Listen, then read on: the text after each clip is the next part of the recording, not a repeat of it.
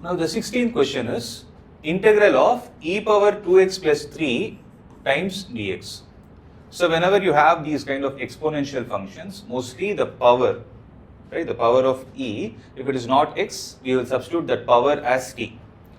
So solution here is take 2x plus 3 is equal to t, which implies 2 times dx by dt. I am differentiating it. 2 times dx by dt plus 0 is equal to 1, which implies 2 times dx is equal to dt. So 2 dx is equal to dt.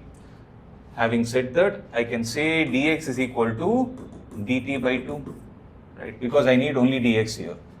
So the whole question will get converted as e power, in the place of 2x plus 3, I will substitute t, into, in the place of dx, I will replace it with dt by 2. So the final answer will be half of integral of e power t dt, which will give us half of e power, the integral of e power t is e power t only, right, plus c.